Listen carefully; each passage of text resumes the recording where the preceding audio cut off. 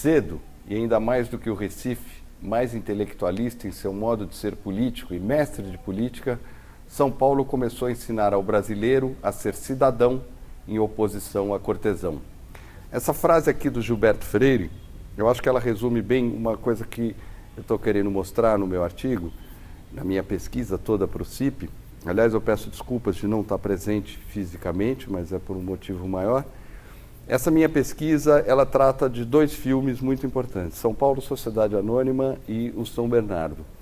Essa frase do Gilberto Freire tem tudo a ver, porque o que ele está dizendo, que o paulistano, ele começou a ser cidadão antes de ser cortesão. Enquanto toda a população brasileira tinha já se ajoelhado ao Império, curtido o Império, o paulistano tinha, na sua solidão aqui, que fazia da cidade de São Paulo ser a 15ª nos meados do século XIX, a ser cidadão.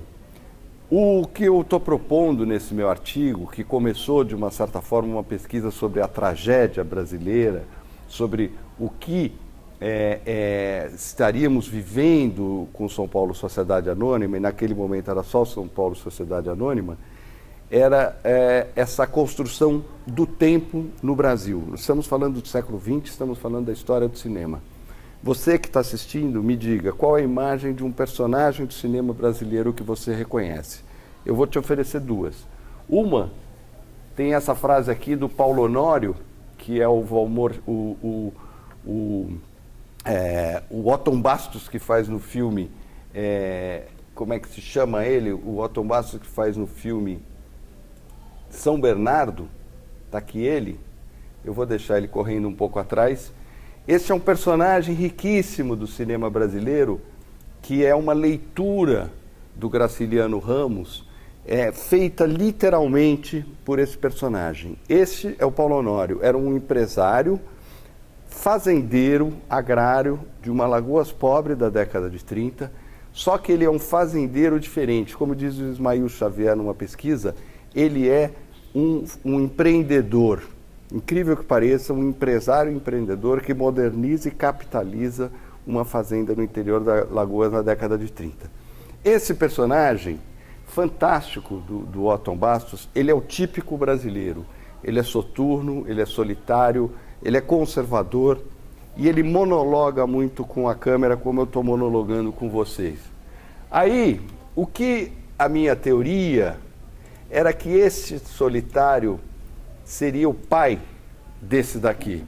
Valmor Chagas, no filme São Paulo Sociedade Anônima, que também dialoga com o espectador, e este é um paulistano típico. Se você pegar uma época do Paulo Honório, que naquela época ele teve um filho, que ele não diz o nome do filho em nenhum momento, 1933, seria este personagem de 1957. Ele teria por volta entre 20 e 30 anos. Os dois são muito parecidos, os dois têm uma personalidade muito parecida. Existe uma coincidência entre as duas obras, e que as obras, elas ambas se passam em 5 anos. E o que acontece com isso tudo? Nesses 5 anos, a gente vê uma série de acontecimentos. Aqui está uma São Paulo que o personagem Paulo Honório do São Bernardo sonhou, imaginou. Ele, por incrível que pareça, ele morava no interior de Alagoas, mas ele queria São Paulo. Ele só fala de São Paulo, como o Graciliano Ramos só fala de São Paulo também.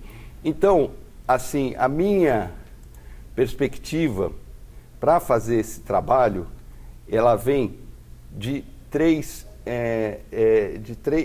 focos principais. Olha aqui, peraí. Eu estou fazendo uma saga cruzada entre Carlos e Paulo Honório. Estou falando de cinema, estou falando de literatura, estou falando de patriarcado, estou falando de São Paulo e estou falando de tragédia. Esse São Bernardo de Graciliano foi usado por Pesson para o São Paulo Sociedade Anônima? Não, não foi usado. Mas, por que eu insisto nisso? Porque ele é um diálogo entre dois personagens muito fortes. E aí eu vou fazer uma breve leitura, que é o seguinte. Vou repetir a pergunta. Qual o personagem que você imagina do cinema brasileiro? Pensa rapidamente.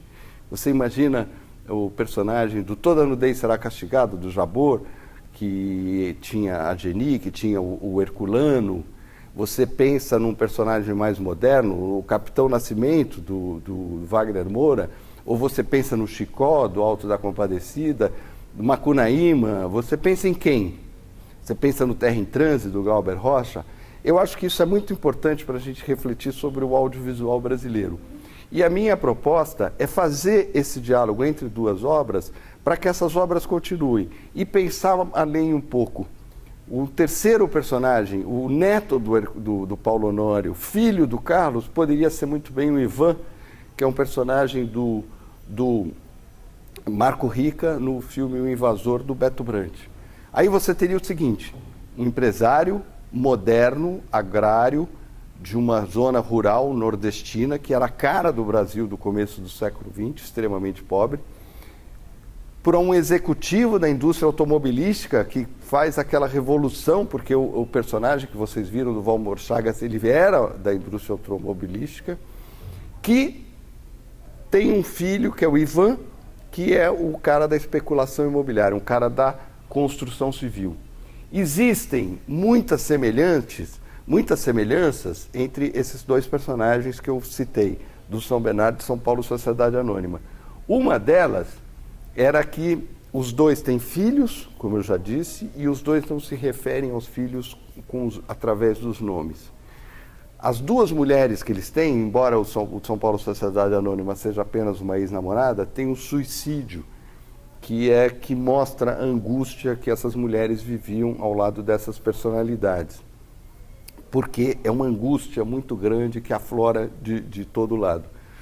Nos dois filmes, os atores dialogam diretamente olhando para a câmera, embora isso não seja o tempo inteiro, não é uma diegese o tempo inteiro. Eles pulam de um lado para o outro o tempo inteiro. E aí eu estou me baseando muito numa obra, num termo chamado Homo Fictus, que foi criado nessa novela aqui, publicada em Londres em 49, e o Antônio Cândido é que cita muito essa novela, esse termo, porque seria o homem de ficção. Eu estou tratando esses dois homens de ficção como se eles fossem personagens reais. Tá? Então é isso que eu estou dizendo, o Homo sapiens, mas é o Homo fictus. Mas eles existem. Na minha cabeça é como se eu cruzasse com eles, porque eles são de carne e osso. Eles não são alegóricos como outros, como o Macunaíma, por exemplo. Eles existem. Um podia ser meu pai, outro podia ser minha mãe. E a gente vive mesmo nessa realidade. O Paulo Emílio Salles Gomes, no livro Personagens de Ficção, ele diz isso. Que ele escreveu junto com Antônio Cândido, com o Décio Almeida Prado. Ele diz que Carlitos transformou-se num rosto tão forte quanto o criador Charles Chaplin. Né? E o André Bazin, ele cita o André Bazin, diz: Dom Quixote é uma figura familiar para milhares de pessoas que nunca tiveram contato direto com Cervantes. Aí, vamos uma série de frases. Olha, que eu falei negócio dos filhos. Madalena tinha tido menino. Luciana, essa criança não para de chorar. Quer dizer, essa força que é incrível, porque ambos se casam apenas por uma questão de conveniência, por questão econômica. Não é conveniência no sentido de um casamento para lucrar. Eles achavam que o casamento fazia parte do processo econômico. Eu estou vivendo uma vida, eu preciso ter uma mulher e ter um filho para que minha vida continue a fruir. Enfim, essa coisa vai andando,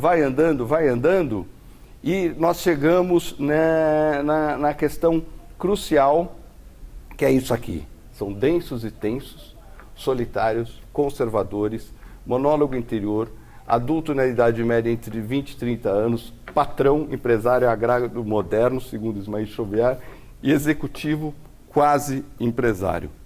Nós chegamos na cara do povo brasileiro e na cara do que seria uma imagem que a gente pode fazer para o Brasil.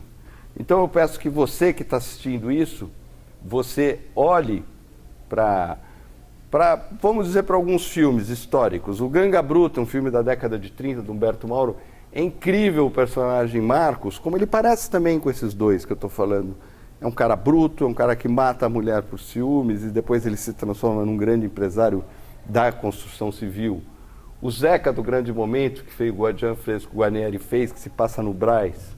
Paulo Martins, que é um jornalista, feito pelo Jardel Filho, no Terra em Transe. O Herculano, do Toda Nudez Será Castigada, do Nelson Rodrigues e do Jabor, que é um pai, um viúvo, que tem um filho, que tem 2 irmãs problemáticas, que é um conservador e tudo mais. O Ivan, do Invasor, e o Capitão Nascimento, do Tropa de Elite 2. Você, não vou pular o Canga Bruta, mas eu vou falar, você pode citar outros. Você pode citar, por exemplo, o Popular, que é o Zé do Burro no Pagador de Promessas. O Justiceiro, o Antônio das Mortes do Santo Guerreiro. Crianças, Pichote no filme Pichote. Josué no Central do Brasil. Zé Pequeno em Cidade de Deus. Quer dizer, todos esses personagens de crianças. Mas essas pessoas representam aquele Brasil que a gente está querendo falar?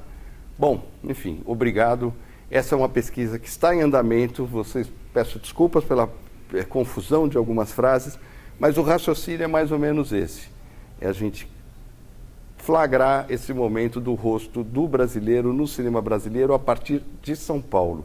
São Paulo é uma peça, comecei falando de Gilberto Freire, encerro com ela. São Paulo é uma peça que encerra em si a cidade, que absorve todos os imigrantes, não reage a esses imigrantes e, ao mesmo tempo, ela tem essa característica conservadora, mas que não é uma conservadora para o lado fascista ou para o lado direita, nada disso. Ela é conservadora porque ela tem um raciocínio próprio e constrói muito essa cara do brasileiro do século XX. É isso, obrigado, tchau.